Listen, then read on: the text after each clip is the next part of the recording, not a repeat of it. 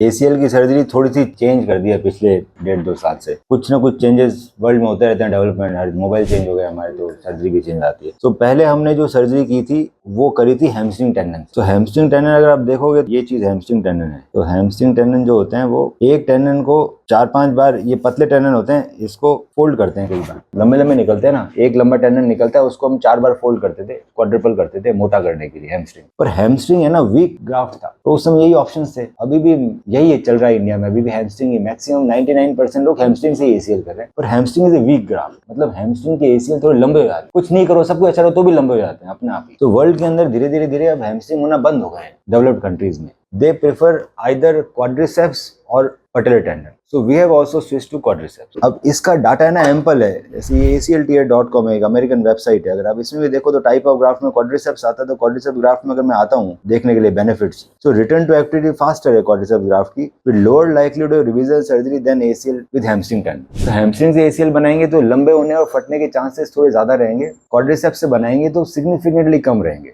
तो first thing we have change is कि हमने क्वाड्रिसेप्स ग्राफ्ट लेना चालू कर दिया इंस्टेड ऑफ हैमस्ट्रिंग। उसके लिए हमारे पास एक क्वाड प्रो टेंडन हार्वेस्टर है, ये this is quad pro tendon harvester. तो इससे हम क्वाड्रिसेप्स ग्राफ्ट देखेंगे तो एक ही मोटा निकला हुआ है, पतले दुबले कई सारे नहीं, सिंगल है सर मोटा। हैमस्ट्रिंग पतला था, उसको 4 बार मोटा करना पड़ता है, एक ही निकला है मोटा। सो इनहेरेंटली ज्यादा अच्छा ग्राफ्ट है और इसके बटन थोड़े अलग है, क्वाड्रिसेप्स के बटन अलग आएंगे। क्वाड्रिसेप्स के बटन का नाम है फाइबरटेक टाइट्रो, हैमस्ट्रिंग के बटन का नाम टाइट्रोपिता से। और इसमें जो थिकनेस ऑफ ग्राफ्ट है वो भी ज्यादा निकल सकते हैं, हम 10 to 11 mm का ग्राफ्ट निकाल सकते हैं क्वाड्रिसेप्स से। हैमस्ट्रिंग 7-8 का ही निकलता था। सो फर्स्ट थिंग, छोटे चीरे से निकल जाता है, जो निकाला वो वापस सूख जाता है। निकालने के लिए ये quad pro tendon harvester use करना पड़ता है। पहली चीज हमने की चेंज कि हमने क्वाड्रिसेप्स ग्राफ्ट कर लिया। सेकंड थिंग हमने चेंज करी कि एक और लिगामेंट टूट जाता है एसीएल के साथ साथ, जिसका नाम होता है ALL, anterior lateral ligament. Initially मैं सिर्फ रिवीजन सर्जरी में एएलएल रिकंस्ट्रक्शन या एलईटी किया करता था, पर डाटा वर्ल्ड का कहता है कि अगर आप एएलएल रिकंस्ट्रक्ट को भी एएलएल को भी बना दो साथ में, एसीएल टूट तो गया है, वो आपकी एमआरआई में लिखा हुआ नहीं आएगा बेटा, क्योंकि उसके लिए हायर टेस्ला की एमआरआई चाहिए, हमारे इंडिया में अवेलेबल नहीं है। तो इंडिया के ना तो रेडियोलॉजिस्ट इक्विप्ड है, मतलब ना तो उनको नॉलेज है कि एएलएल डायग्नोज कर पाए,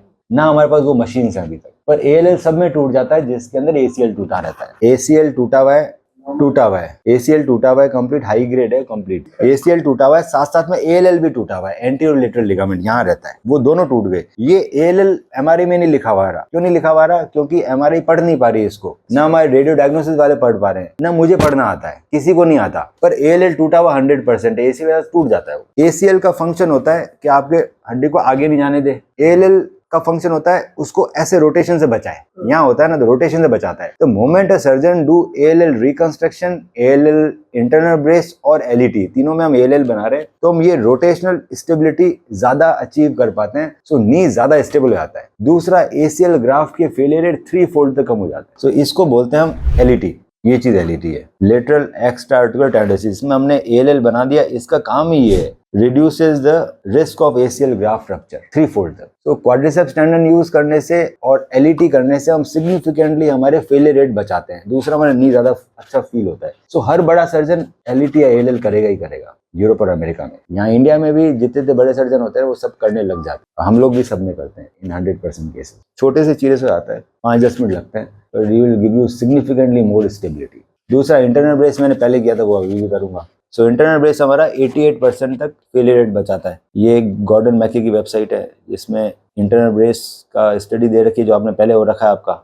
88% रिडक्शन। दूसरा, ये एएलएल है बेटा। सो अगर मैं हैमस्ट्रिंग टेंडन से एएलएल बना रहा हूँ उसको बोलते हैं एएलएल रिकंस्ट्रक्शन। अगर मैं सिर्फ इंटरनल ब्रेस लगा रहा हूँ एएलएल में 2 एंकर और फाइबर टेप से, इसको बोलते हैं एएलएल इंटरनल ब्रेस। और मैं टेंसर फेशिया लाटा, यहाँ पर टीएफएल रहती है साइड में, इससे अगर मैं एएलएल बना रहा हूँ तो उसको एलईटी बोलते हैं। इन तीनों प्रोसीजर के रिजल्ट इक्वल है, कोई फर्क नहीं। पर एलईटी करना है सिग्निफिकेंटली चीपर, क्योंकि उसमें एक ही इम्प्लांट लग रहा है, बाकी सब में इम्प्लांट ज्यादा लग रहे हैं। एलईटी में चीरा भी सबसे छोटा लग रहा है और रीजनेबल भी है और रिजल्ट बिल्कुल बराबर है, तो वी प्रेफर एलईटी।